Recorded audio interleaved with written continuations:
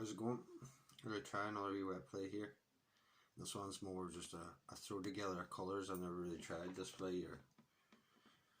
It's just a wet mayfly and a claret and blue coloration. I don't know if it'll work or not. Davy McCreary did one a while ago, or right 3 years ago, and I always thought to myself it would make a great fly for an attractor fly on just certain days. You know, something big like that. So I'm going to attempt to tie something very similar with the materials I have here. So the material I'm going to use for the tail is natural pheasant tail fibre. The hook I'm going to use is a size 10 B175. The thread is magenta thread just because I want a bright head on this, so I'm going to tear off a good few fibres from my pheasant tail. Now I'm going to carry my thread down, I should have done that before, to where I want my tail to start, which is about a barb. Now I tie my tail on oversize, and then I adjust it the length by pulling it back. I just find it easier that way, so have a look at it there,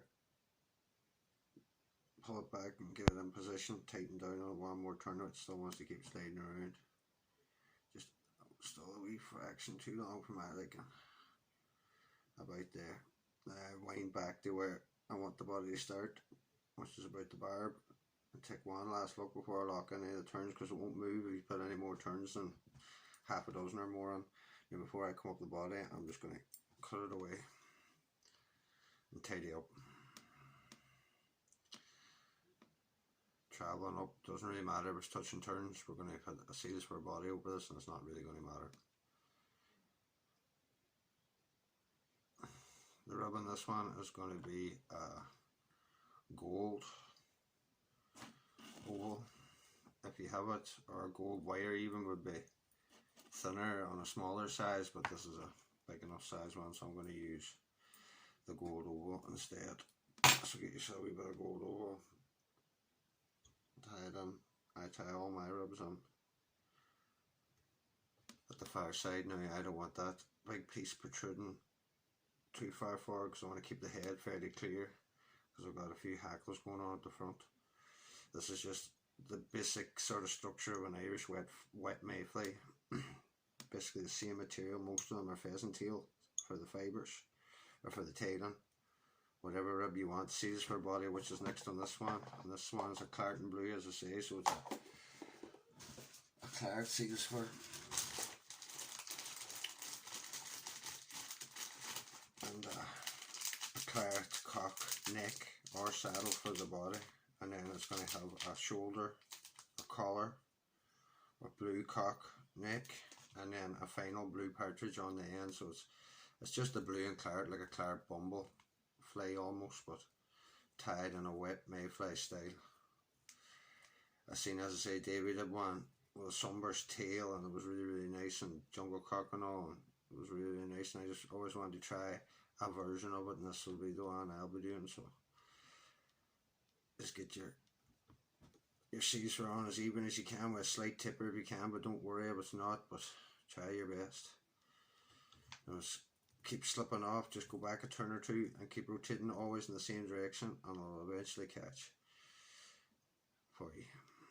Now, once I get up to here, pull all the fibres back that I don't want pointing forward, because I don't want anything pointing this direction. Now the next hackle to go on is a dyed claret cock neck or saddle, doesn't really matter. So I strip away all the fluff at the base of the stem. I tie all my palmered hackles on at the base of the feather.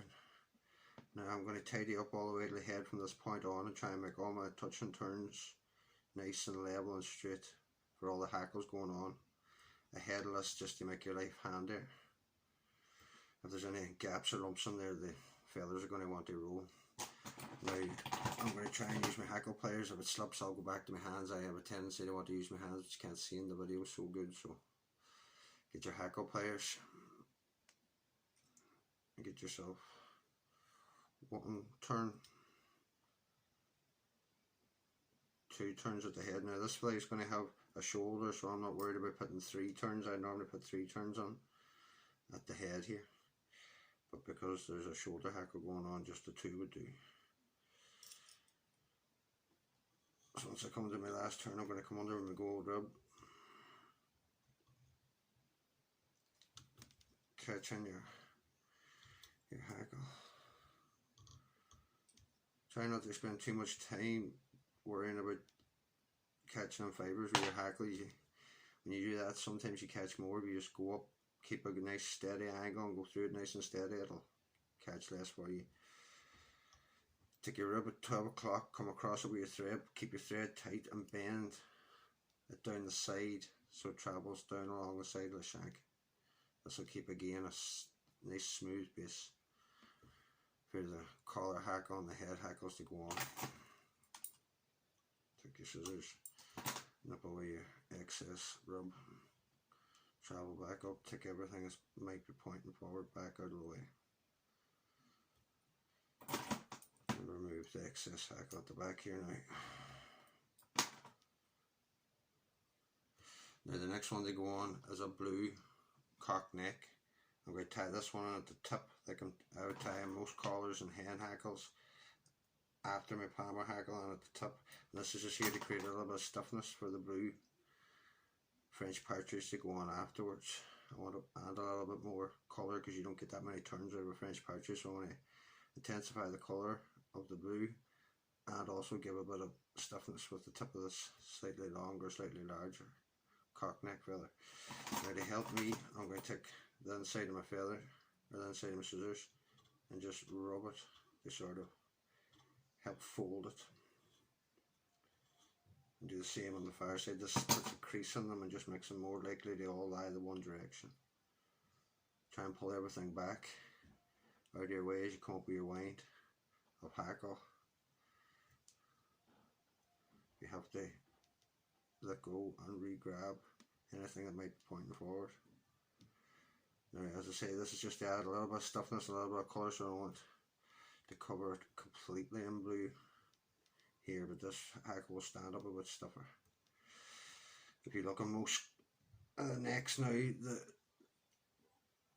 the fibre at the bottom is softer, so when you start your palmer is very, very soft. So sometimes when you put a soft hackle in front like French partridge, you can collapse a bit. So a tip of a good stuffed cock hackle on another colour as a collar isn't just an embellishment. Sometimes it does help to make the feather behave properly, the head hackle, the final head hackle. So now we're going to tidy up everything, anything's pointing forward, come back. The next hackle to go on is a blue partridge, or a blue French partridge, or French partridge dye blue. You won't get too many blue partridges. So I'm going to cut off the excess at the tip that I don't need, tie it on, come all the way to lie now at this point, and again be careful with your thread turns, keep them all nice and level. This is where it matters now, where it starts. If there was a whole bunch of unlevel turns that you hadn't paid attention to here, these hackles wouldn't go on so nice for you. So to stay under 12 o'clock, I like to break and separate the fibres a little bit so they're not all married together. Pull back everything. Now I have an issue here which is easy fixed, but I didn't come all the way back on my side to the hackle, so there's a gap there. So you just easily fixed, come all the way back, reattach your hackle pliers. And now come around with your hackle. These are lengthy little ties, but this is basically how you build a wet mayfly here in Ireland. You can choose the colour combination you want, but there's a couple of fibres here from that thing that's got caught. So they're not going to pull out and I don't want them pointing forwards and annoying me, so go back, take your time. No point flying through these things.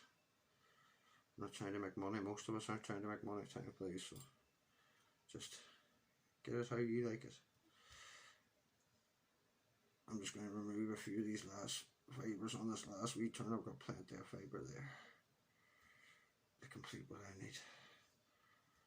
So now that I've completely used up or come to the end of my hackle, I'm going to do the same thing, come across it, keep my thread tight, let go of the hackle. As long as I keep the thread tight, the hackle won't slip. 2 turns, 3 turns. Now, I would normally fold back. The hackle was a bit thick on this. I'm just going to cut it off good and tight and come all the way to the back there now and tidy up. As I say, this is more of an attractor flea than an absolute imitation of any real insect, but as I say, I seen David do one years ago and it did look good, I have to say. It has a sunburst tail right now, but it's the same idea of the claret bumble, the claret and blue, and it'll be a good pattern, as I say, an attractor pattern more than an absolute replica of a representation of an actual mayfly. But that is how the Irish wet mays are generally tied. French partridge for a head hackle, pheasant tail, fibres for tail, and then whatever colour combination that they would like. So a few coats of varnish and that would be, that wee fly would be a great wee one to have here. Now I hope it came across alright in camera and the colours are great, so I hope you like this.